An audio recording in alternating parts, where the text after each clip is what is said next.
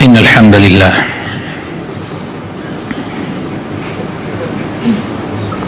نحمده ونستعينه ونستغفره ونستهديه ونعوذ بالله من شرور أنفسنا ومن سيئات أعمالنا. من يهده الله فلا مضل له ومن يضلل فلا هادي له، وأشهد أن لا إله إلا الله وحده لا شريك له، وأشهد أن محمدا عبده ورسوله. أما بعد، باشترين كلام خۆشەویستەکانم، باشترین قسەکردن، باشترین فەرمایشت ئەوەی کە خوای تەعالا لە قورئانی پیرۆزە ئەیفەرمێ، و باشترین ڕێباز ڕێبازی پێغەمبەری خوایە صلی الله عليه وسلم، و خراپترین ڕێباز ئەو ڕێباز و ڕێچکانانەیە کە پێچەوانەی ڕێبازەکەی پێغەمبەرە صلی الله عليه وسلم، و هەر ڕێبازێکیش پێچەوانەی ڕێبازی پێغەمبەر بێ صلی الله عليه وسلم سەرگەردانیە. خۆشەویستەکانم، ئەبێتە مایەی ئەوەی کەوا ئەو کەسە لە دنیایە بەدبەخت ئەبێ و لە قیامەتیشا بەختەوەر نابێ. دۆستان، خۆشەویستان، مسلمانە بەڕێزەکان، وتاری ئەمڕۆمان لەسەر الحب في الله ئەبێ. خۆشەویستی خوا صلی الله عليه وسلم محەممەد أفرمي أن من عباد الله أناسا ما هم بأنبياء ولا شهداء. هندێک لە بەندەکانی خوا هەن، هەندێک لە بەندەکانی خوا هەن، نە پێغەمبەرانن نە شەهیدانن. يغبطهم الأنبياء والشهداء بمكانهم من الله. تەنانەت پێغەمبەران و شەهیدانیش غیبتەیان پێ ئەبەن. غیبتە واتە ئێرەیی، بەڵام ئێرەیەکی دروست، یعنی حەسوودیەکی دروست. قالوا يا رسول الله من هم؟ وتیان ئەی پێغەمبەری خوا، ئەصحابەکانی پێغەمبەری خوا صلی الله عليه وسلم پرسیاریان کرد ئەی پێغەمبەری خوا ئەوانە کێن؟ يعني تەنانەت پێغەمبەران و شەهیدان غیبتەیان پێ ببەن. قال هم قوم تحابوا بروح الله على غير أرحام بينهم. فرمووی ئەوانە قومێکن لەبەر خاتری خوا یەکتریان خۆشەوێ، هیچ خزمایەتیەک و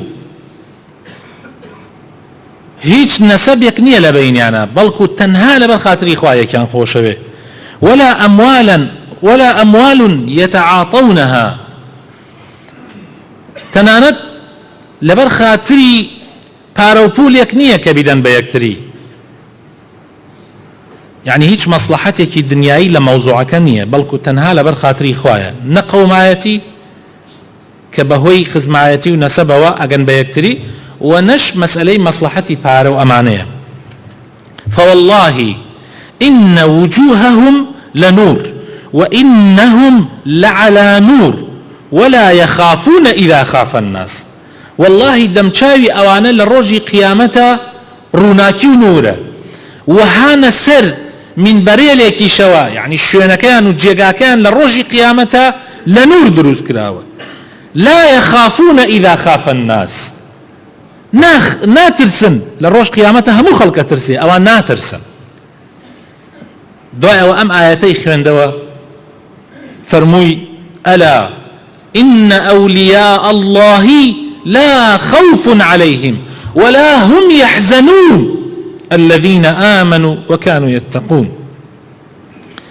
أم آياتي خوێندەوە کەوا ئەولیای خوای گەورە ئەفەرمێ لە قورئانە لە سوورەتی یونسە ئاەتی 62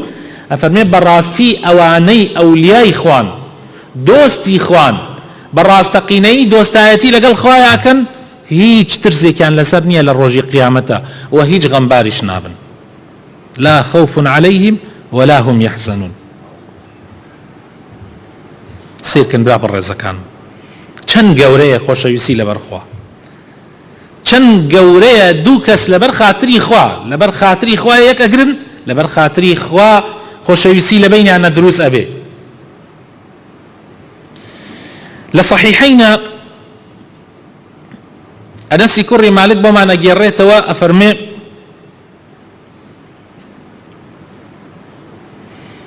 أن رجلا سأل النبي صلى الله عليه وسلم كابرايك برسالي لبيغمبر كرد صلى الله عليه وسلم فرمي متى الساعة فرمي قيامتك يا أي بيغمبري خواه يكيك لأيوه برسالك قيامتك أما برسالي زوريني خلق لهمو زمانك وبيغمبري خواه صلى الله عليه وسلم ولام أداتوا بهمو زمانه متى الساعة قيامتك يا أي بيغمبري خواه فرموي بيغمبر نازني قيامتك او علمي بي ندرا ولا لا ينخواو جقال اخوا جبريلش نازاني قيامتك علمك اخوا تايبتي كردو بخويا كقيامتك بويا بيغمبر اخوا صلى الله عليه وسلم ايتي جيني او برسارنك قيامتك متى الساعة بيغمبر اخوا فيريك بي افرمي وما اعددت لها أي تو تشيد بو آماده كردوه تو برسيارك قيامتك أي تشيد بو آماده كردوه أما مهمة تشيد بو قيامت آماده كردوه ماذا أعددت لها هذا هو المهم وهو الأهم نكاتي زانيني كاتكي زانيني كاتكي قرنقنية چونکە تۆ کە مردی قیامەتە و کەسیش نازانێت چی دەقەیەک ئەمری پێغەمبەری خوا صلی الله علیه و سلم ما أعددت لها قال لا شيء فەرمووی شتێکی وان بۆ ئامادە نەکردووە ڕاستیەکەی إلا أني بەڵام ئەوەی کە زۆر دڵم پێخۆشە أني أحب الله ورسوله ئەوەی کە زۆر دڵم پێخۆشە لە ڕۆژی قیامەتە فریان بکەوێ خوا و پێغەمبەری خوام زۆر خۆشەوێ قال بيغمري إخوة فرمي أنت مع من أحبب فرمي للرجي قيامتها تو لقل أوانيك خوشت أوين للرجي قيامتها تو لقل أو كوملان لقل أو خلقاني كخوشت أوين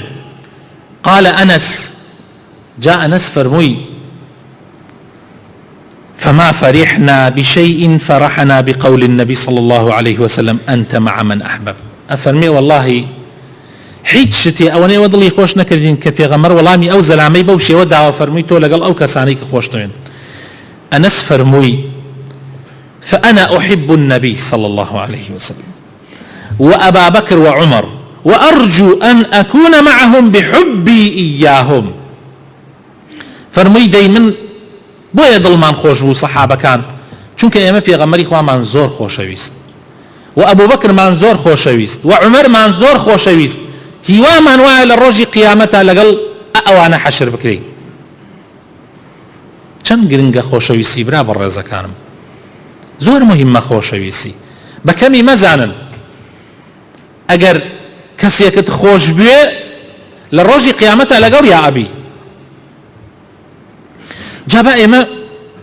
لە ڕوانگەی ئەو حەدیثەوە کە چی مژدەیەکی خۆشی دا و ئەم حەدیثەی ئەنەسیش بەڕاستی کە نەوعێک مژدەی تایە و نەوعێکیش ترساندنی تایە مژدەکەی ئەوەیە کە تۆ ئەگەر کەسێکی ئیماندارت خۆش بێ ئەگەر خوا و پێغەمبەری خوا و ئەسحابەکانی پێغەمبەری خوا و پیاوچاکان و ئەولیاکانت خۆش بێ تۆ لەگەڵ یانای خوا پەنامامدا ترساندنەکەش ئەوەیە کە پێچەوانەکەی بێ ترسان لە ڕاستیە ترسێنەریشە بۆیە لە ڕوانگەی ئەوە من حەزەکەم بڕێ شت یادی خۆمان بخەینەوە لە ژیانی ڕۆژانەی خۆمانە خۆشەویستەکانم ئەو خۆشەویستیانەی کە هەمانە لەبەر چییە ئێمە یەکتریمان خۆشەوێ سیرکەین برا بە ڕێزەکانم ئایا خۆشەویستیەکەمان لەبەر خاتر ماڵ و پارەیە زۆربەی ئەو خەڵکەی کە ئەمڕۆ یەکتریان خۆشەوێ خۆشەویستەکانم لەبەر خاتری خوا نییە بەرکو لەبەر خاتری مەسلحەتە لەبەر خاتری پارەیە لەبەر خاتری عشرەت و بنەماڵەیە لەبەر خاتری هەندێشتی دنیاییە مەنسەب و پلەپایە کەسێکی خۆشەوێ لەبەرەوەی پلەپایە مەنسەبەکەی بەرزە یعنی سیرەکەی سەیمە لەناو عشرەتەکانە کەسێک دیفاعی لێ یەکرێ تێگەی کاتی خۆی لەوانەیە باوەپیرانی هەر کەس لای لێ نەکرد بێتە لەناو عاشەتە بەس ئەمڕۆ خەڵکشتی دیفاعی کرد لەبەرچی لەبەر ئەندەم سەرکردایەتی حزبێک لەبەر خاترێ پلەپایەکی وەزیرە لەبەرەوە خەڵخۆشێ دیفاعی لێەکەن شەڕی لە پێناوە ئەکەن ئەوە خۆشەویستیە کە لەبەر خاتر دنیا لەبەر خاتر خوا نییە هەر خۆشەویستیەک لەبەر خاتر دنیا بێ خۆشەویستەکانم ئەڕاو نامێنێ بەڵکو جاری وا هەیە قوڕیشە بەسەر خاوەنەکەیەوە لەبەرەوەی قیامەتە تۆ لەگەڵ ئەوای خوا پەنامان بدا بەس خۆشەویستیەک لەبەر خاتری خوا بێ بەردەوامە ما كان لله دام واتصل وما كان لغيره انقطع وانفصل هرچی لەبەر خاتری خوا بێ بەردەوام ئەبێ و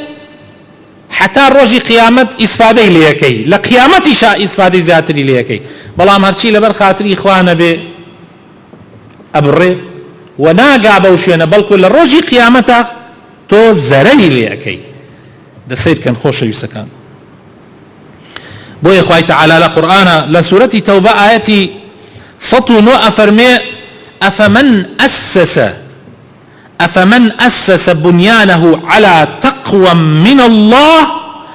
ورضوان خير أم من أسس بنيانه على شفا جرف نهار فانهار به في نار جهنم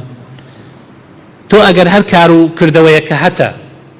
لسر تقوى لسر رزواني خوا رزابوني خوا لسر لخوا ترسان بينات كردبه هر كارك أجر لبر خاطري تقوى به بو خوا به لبر خاطري خوا به والله خۆشەویستەکانم ئەمێنێت بەردەوام ئەبێت خەیرترە چاکترە بەڵام ئەگەر لەبەر خاتری شتی تر بێ لەبەر خاتری دنیا بێ لەبەر خاتری مەسلحەتێ بێ بەخوا ئەڕۆخێ و قیمەتی نییە و سوودی نییە حتا ئەتخاتە ئاگری جەهەنەمەوە بۆیە حەقە ئێمە هەر کار و کردەوەیەک وە بە تایبەتی ئەم کردەوەی دڵە يعني أما كردويكي ضلا خوشويسي الحب من أعمال القلوب لكردوكاني ناو ضلا الحب جاء أجر في الله بزور قرنجة بلام أجر في الله نبي لمصلحة به زور خطرة هروها خواهي تعالى لسورة زخرفة آياتي شصت حوت أفرمي الأخلاء يومئذ بعضهم لبعض عدو إلا المتقين أفرمي أخلاء خۆشەویستەکانم ئەوانن کە حەزەکەن تەنیا ببنەوە لەگەڵ یەکە یعنی ئەوەنەیەکیان خۆشەوێ حەزەکەن هەردگیان بە یەکەوە بن زۆر یەکیان خۆشەوێ دۆستایەتیەکی گیان بە گیانی محەبەتێکی زۆر بۆیە پێ ئەوترێ خەلیل ئەوانەی کە زۆر ئەخیلاءن کە زۆر یەکیان خۆشەوێ حەز لە تەنیایی ئەکەن لەگەڵ یەکە حمویان لە ڕۆژی قیامەتا بن بە دژمنی یەکتری الله لا حول ولا قوة إلا بالله ئەوەی کە زۆر خۆش دەوێ ئەوەی کە زۆر دۆستە لە ڕۆژی قیامەتا بێ بە دژمنت ئەگەر لە دنیا نەبێ بە دژمنت چونکە هەنێکیان هەر لە دنیا ئەبن بە دژمنت لە ڕۆژی قیامەتا ئەبێ بە دژمنت الأخلاء يومئذ لەو ڕۆژە كالروجي قيامته بعضهم لبعض عدو إلا المتقين إلا أهل تقوى نبي أهل تقوى لو روجة دو سايتي كان زياتر أبي خوش يفسكانم أو كسانيك لبر خاطري بارتو يان خوش روجة كبير فقيرة كوي يان ظروفقت أقوري خوش يفسكان بي بدوش منايتي ئەوەیانەی کە لەبەر خاتر منسەب و پلەپایەتەوە تویان خۆشەوێ هیچ دڵت پێیان خۆش نەبێ ئەوانەی کە لەبەر خاتری خزمایەتی تەنها خزمایەتی نەک لەبەر ئەوەی خوا ئەمری کردووە خزمەکانی خۆتت خۆش بێ ئەو کاتە لەبەر خوایە ئەو کەسانەی بەس لەبەر خاتر عەشرەتایەتی و خزمایەتی تویان خۆشەوێ لەبەر خاتر خوا نییە ڕۆژێ دێت مەسلحەتێک ئەکەوێتە بەینتان تێکتانەدا ئەوانەی کە لەبەر خاتر پلەپایە و منسەب و ئەم شتانە بێ ڕۆژێک کە بێ بەخوا برا منسەبەکەت نامێنێ پلەپایەکەت نامێنێ هەم ئەوەنە دژمنت چەندین کەسمان بینی حتا وەزیر بوو ئەم عالەمە حتا قائمقام بوو هەتا محافظ بوو ئەم عالەمە هەمووی مەسینەی هەڵگرت بوو دەستی خەڵکی ئەشۆرد لە بەردەم ماڵەکەیە لە دوێخانەکەیە بەس کە پلەکەی ڕۆیشت و نەما کەس بە دەوریان نەما کەس نەما خزمەتیش بکە لە ماڵەکەیە یان بە خێراتنی خەڵک بکە تەنانەت نزیکترین کەسەکانی خۆی کوڕ و براکانشی بە دەوریان نامێنن سیکن برا بەڕێزەکانم شاعرێک ئەڵێ سلام على الدنيا إذا لم يكن بها صديق صدوق صادق الوعد مخلصا ئەفەرمێ ماڵئاوایی بکە لە دنیایەک کە وای پێ هات دۆسایەتیەکان هەمووی لەبەر خاتر دنیا بوو کەسانێک نەبوون بەڕاستەقینەی خۆشەویستی بکەن لەبەر خاتری خوا مخلص بن خاوەن وعدی خۆیان بن پەیمانی خۆیان بۆ نەسەر ئەگەر دنیا وای پێ هات ئەو کاتە خوا حافیزی لێ بکە ماڵ ئاوایی لێ بکە لە کوردی خۆمان ئەڵێ فاتیحای لەسەر بخوێنە من پرسیار لە زۆربەی ئەم برا خۆشەویستانە و ئەو خوشکانەشی کە لەسەرەوەن پرسیارتان لێ یەکەم لە زۆربەتان زەحمەت نەوێ مۆبایلەکانتان تەماشای ناوەکانی بکەن کە دەرچوون لە مزگەوت لە ڕۆژی جمعە سەیری ناوی ئەو کەسانەکەی کە خەزمت کردووە هەمانە هەزاری خەزم کردووە هەمانە زیاتر کەمتر سیرکەن چنێکی بە کەلکی تەنگانە دێ تەنگانەی ئەم دنیا ئەوە باسی قیامەت مەکە جارێ چنێکی بە کەڵک دێ چنێکی بۆ ئەوە ئەشێ بڵێ فریام کەوە نەکە ئێستا کاتێ تۆ دەست ئەڕوا و ئیمکانیاتت هەیە و پلە و پایەت هەیە بەڵێ دێ لەسەرت خۆی داتە کوشت تفەنگێکە لەبان ماڵەکەت ئەوەستێ نا ئیسەنە بۆ ئەو کاتەی کە لێت قەوما بێ ئەو کاتەی کە تۆ هیچ لە توانانیەتر تەماحت پێ ناکە چنێکی بە کەڵک ئەو کاتە دێ ئەتوانی دەی لێ هەڵبژێری ئەتوانی پێنجی لێ هەڵبژێری هاوڕێتی برا بەڕێزەکانم ئەگەر لەبەر خاتری خوا نەبێت کۆتایەکەی سوودێکی نییە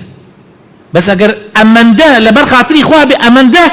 ئەگاتە دەرەجەیە لە دنیا ئامادەی خۆت کەیتە قوربانی هاوڕێکەت چکە لەبەر خاتر خوا خۆشتەوێ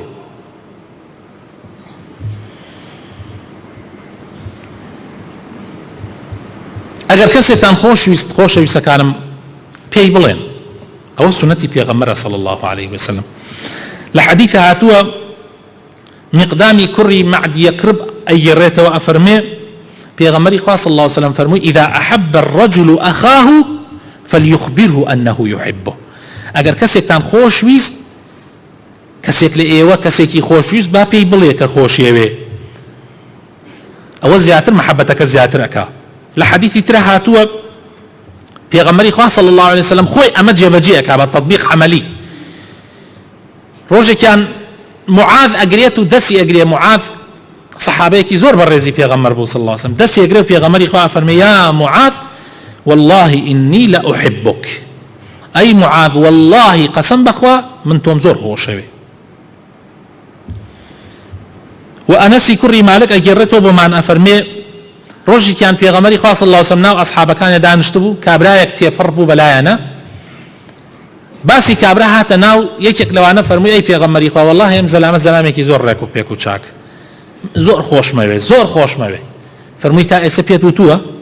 پێغەمبەری خوا صلی الله عليه وسلم فەرمووی پێت وتووە کابراوتی نە فەرمووی دەی بە پەلە لەگەڵ لە شوێنی بڕۆ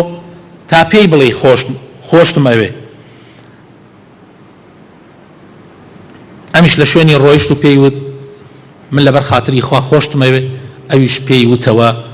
فەرمووی ئەو کەسە خۆشتی بوێ کە منت لەبەر خاتری ئەو خۆشەوێ یعنی خوا تۆی خۆش بوێ ئەوە سنەتی پێغەمبەرە صلی الله عليه وسلم ئەگەر یەکێکتان خۆش بی پێی بڵێن ئەگەر کەسێکیش پێتانی وت من خۆم خۆشەوێ تۆش بڵێ ئەحەبەکە الذی ئەحبەبتەنی من ئەجلی بڵێ ئەو خوایە خۆشتی بوێ کە تۆ منت لەبەر خاتری ئەو خۆشەوێ ئەگەر کەسێکت خۆش بێ حەوڵدا پاکی کەرەوە چۆن دارێک ئەنێژی دەوروبەرەکەی ئەگەر هەرێز و دڕک و ئەوانە دروست بێ بە پاکیەکەیتەوە بۆ ئەوەی بە جوانی ئەم دارە گەورە ببێ هەوڵ بدەن ئەو خۆشەویستیانەی کە هەتانە بە تایبەت ئەوانەی کەوا زۆر لە دڵتا خۆشەویستن هەوڵدە هەرێزەکەی و دڕکەکانی دەوروبەری گشتی پاک کەرەوە با بەس بۆ خوا بێ ئەوە زووتر گەشە ئەکا و ئەو دارە دارێکی بەردارە بێ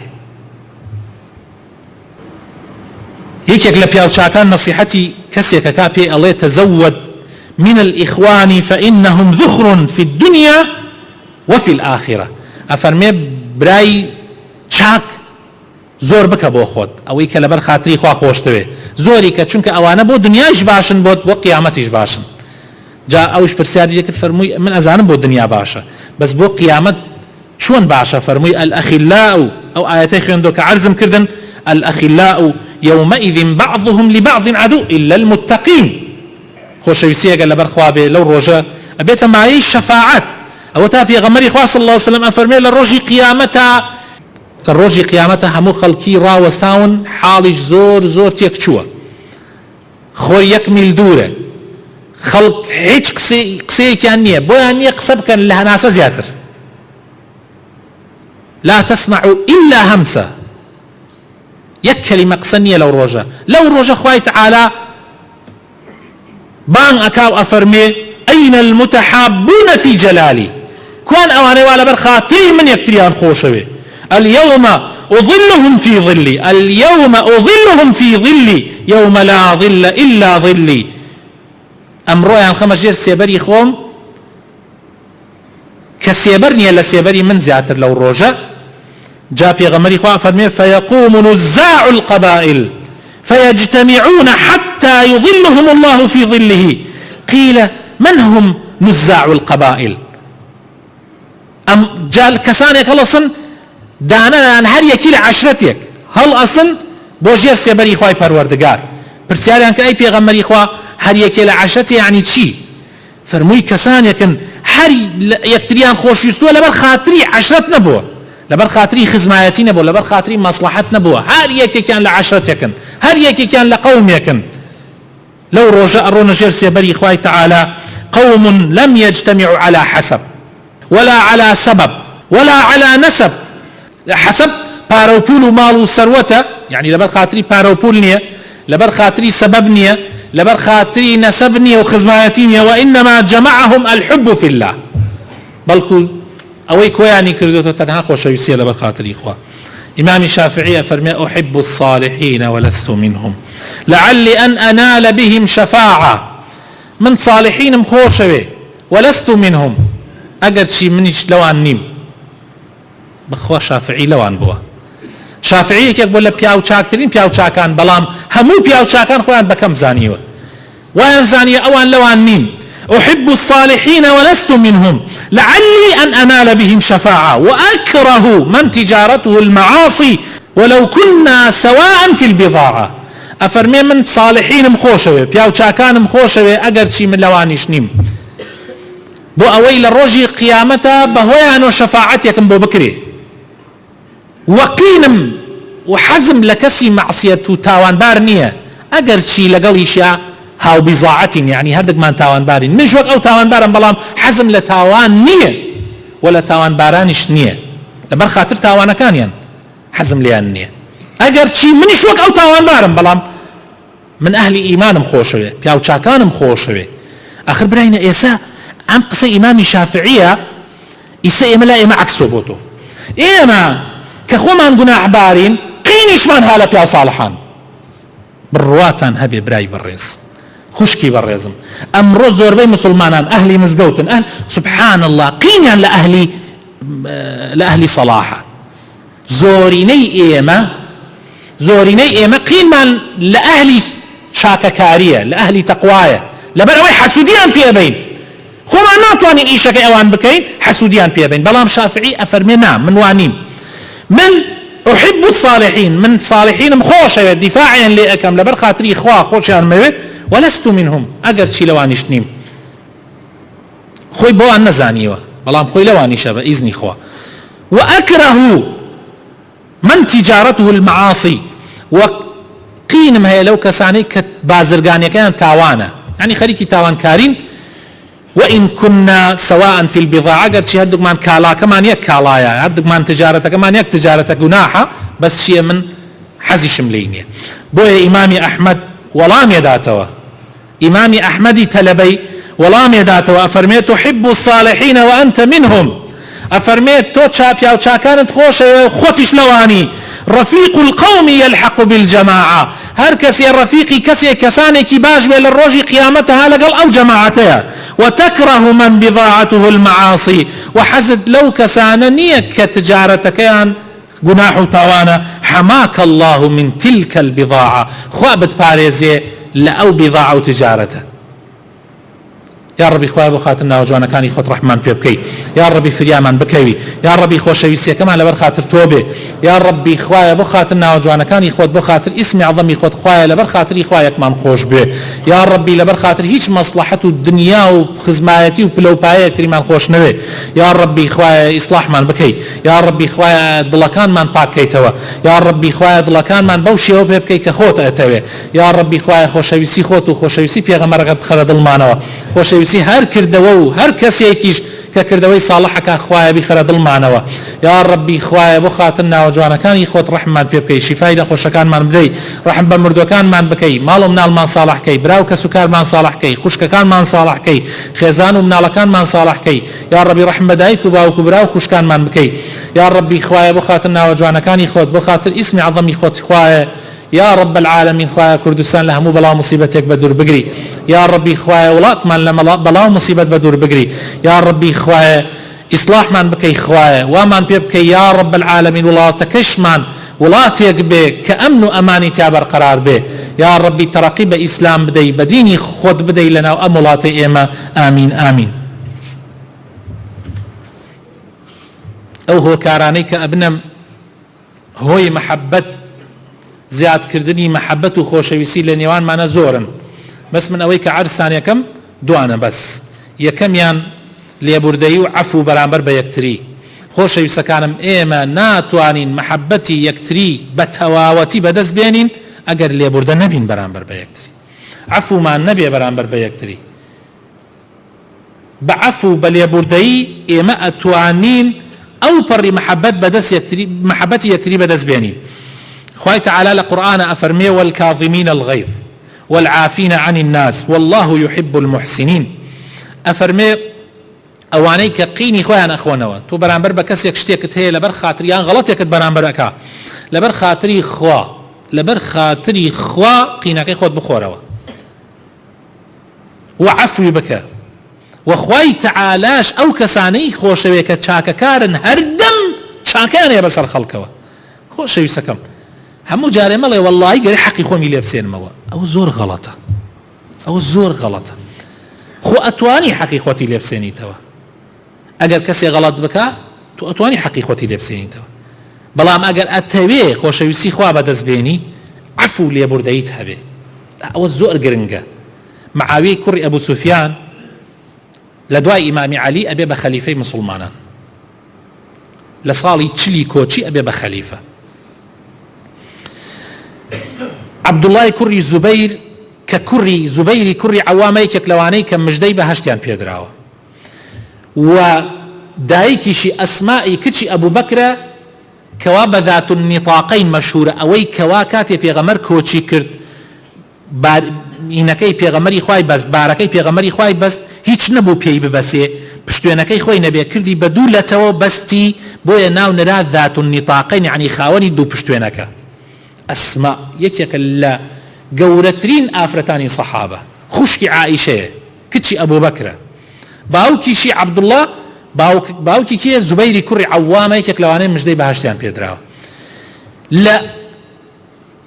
هاوسێتیە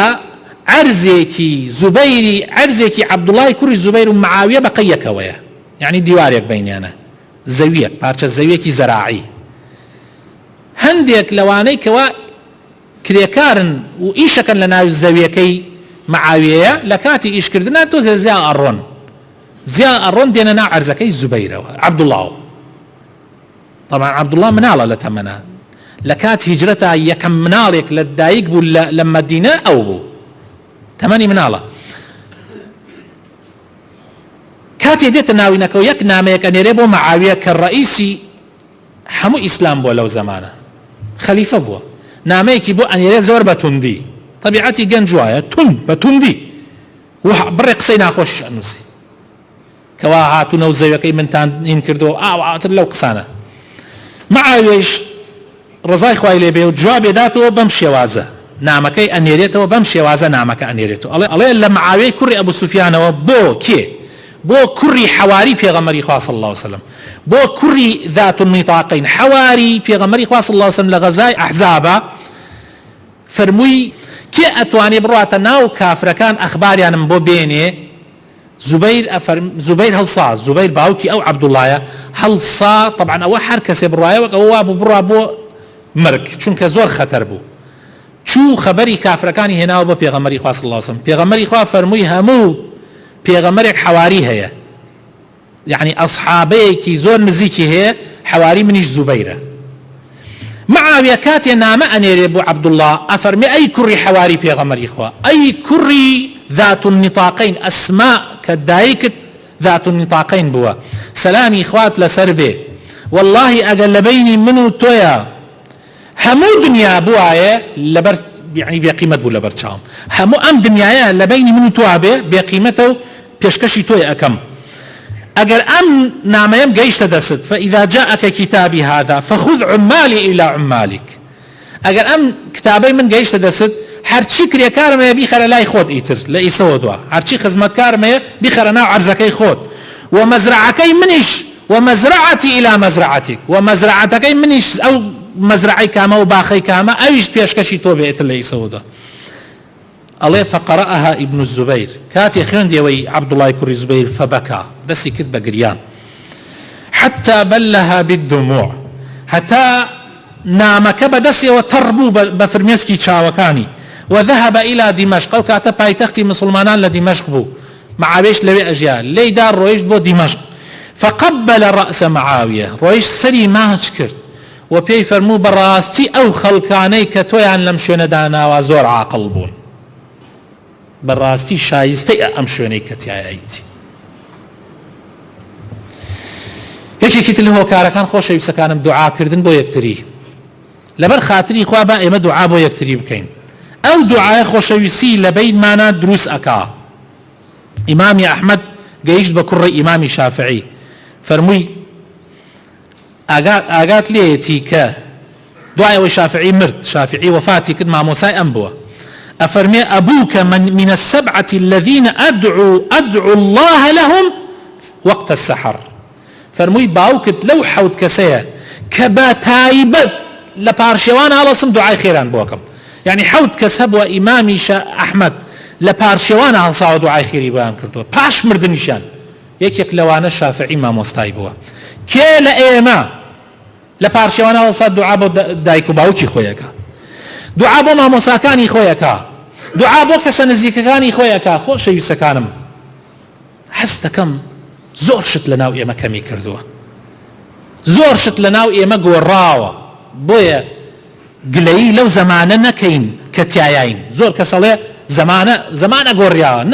نعیب زەماننا والعیب فینا فما لزەماننا عیب سیوانا. ئێمە زۆر جار عیبەکانە دەینە پاڵ زەمانە، بەخوا دنیا گۆڕیاوە، دنیا ناگۆڕێ. دنیا و شەو ڕۆژ هەر وەکو خۆی وایە یەک سانیە نەگۆڕاوە،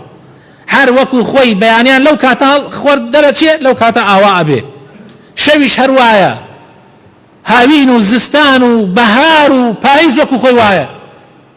خۆر و مانگ وەکو خۆی وایە، زەویش نەگۆڕاوە. ئەوەی کە گۆڕاوە ئێمەین، عیبەکانە دەینە پاڵ زەمان و کات و وەقت و دنیا، بەڵام عیبەکە لە ئێمەیە، ئێمە دڵمان گۆڕیاوە. داواکارم خوای گەورە ڕەحم بە هەموو لایەکمان بکات.